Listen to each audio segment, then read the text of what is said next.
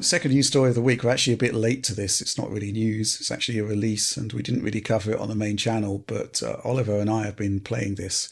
It is the DLC for God of War Ragnarok, and it came out for free a couple of weeks ago. And what can I say, Oliver? This is really good. Yeah. How come it's free? I don't know. I don't know why it's free. Sony's goodwill? I have no idea. It's basically kind of like a roguelite take on God of War. And you basically progress, and then when you die, you restart back at the beginning, but you have a mix of permanent and temporary upgrades that aid you along that. And then when you progress to certain milestones, you progress from that point onward. Almost like a Returnal kind of structure, but like very scaled back from what that game was attempting to do, I think. It's really great. The production values are awesome. It seems to tell, from what I can tell, Kratos kind of wrapping up a lot of loose ends from the prior games, in particular the Greek series of games where he's interacting with some of those characters again. And it seems like they're trying to like tie up that story in anticipation of the next God of War game. Yeah, just super fun. The combat is awesome. It still feels great. I was a little rusty to start off with, but once I got the hang of it again, it was just so much fun. And yeah, it's super exhilarating. And I do have to wonder why they didn't charge some money for this. Because are the maps you explore actually like new locales? They're based off of the existing areas, but they're new maps. And interestingly, right, like the areas are the same, yeah, but the actual layouts are new. The layouts are new. The organization Cool. of them is new. And each zone is separated from the other zones by like this little gate between worlds thing. But you step into it and then it loads in almost instantly. So I wonder how this scales to PS4. I didn't test that out, but I presume it would be a lot Right. less. It's a smooth. longer screen, probably. Yeah, this is really built for the PS5 in that respect, I think. I think one of the reasons why there wasn't really so much interest in us covering it for a main video is that it is the same technology as God of War Ragnarok. There's not really anything new being added here. It's just a gameplay twist, right? There's no real new technology here. The graphics are basically the same as the base game. It still looks terrific. I think like they do some great stuff with their baked lighting here. Lots of more naturalistic kind of environments, lots of rocky shores, outcroppings.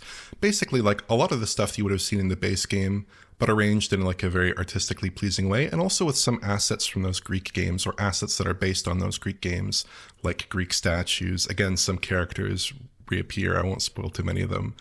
But yeah, it is basically the same technically as the base game. I played on PS5 in the performance mode. It runs at a lock 60 FPS.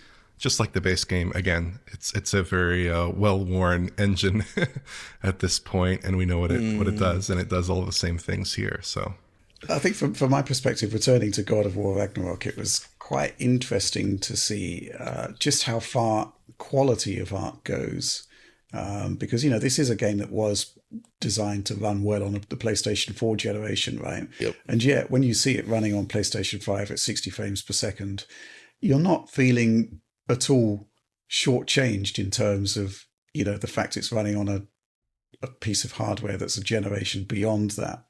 It still looks absolutely terrific, and that's the hallmark, I think, of a classic game, right? That it's just great as a game.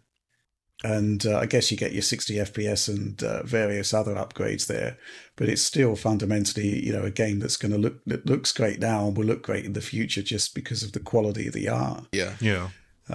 Yeah. Any more to add to this one? I think, fundamentally it is a case that it is free. If you own the game, then, you should be checking it out, really.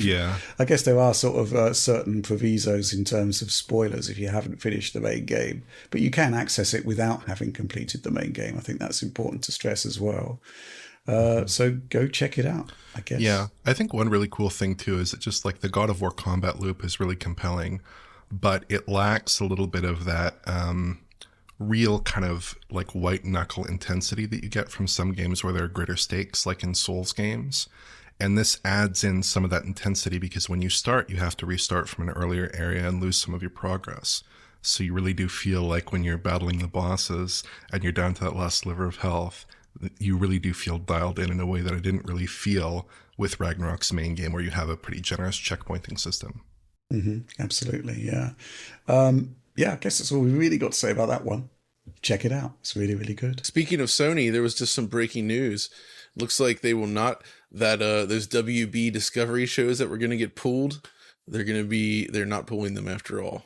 They will still be available for those that previously We didn't purchased talk about them. this. Yeah. We didn't talk about this, but this is basically your nightmare scenario for digital purchases. Exactly. Right? That's why I highlighted it, because although it just says for at least the next 30 months, so who knows what happens in 30 months, but it does seem to be the case where, at least for a while there, these things were just going to disappear for both, consumers that purchased them as well as everybody else. So, and that's the difference, right? Delisting of games, unfortunately, does happen. We've seen that plenty of times, but in the past, usually those that purchase the product are still able to access it. They're able to download it. Not always, though, like on the Nintendo side, but that was basically what was happening here. And yeah, Bitchin' Rides Season 4, like, I wouldn't be too broken up about losing that. And, you look over this list and there's some weird stuff in here that you're just like Cell Block Psychic. What is that? Like, shudder to think. I think the key thing about but it's this still there. is the whole... It's not gone now.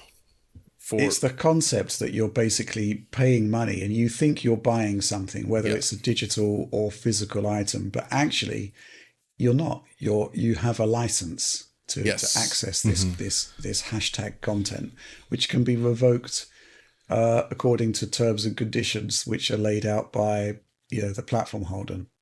I'm not sure there's even any sort of legal regulation on this sort of stuff, which I kind of think there should be. Should be, yeah. Mm-hmm. And that's obviously I think the true best preservation for anything is a digital copy of something without any sort of DRM to it, right? That's how you really keep it long term. But personally, when it comes to usage, that's why I still prefer physical media. Technically it's still considered a license, but the chances of anybody walking into your house and snatching away the disc is comically low. That it basically is a non-existent threat, right? Mm-hmm. And obviously with these digital purchases, it is possible for them to just shut them down. If for whatever reason, if they decide that you are not allowed to access that content anymore, they can do it.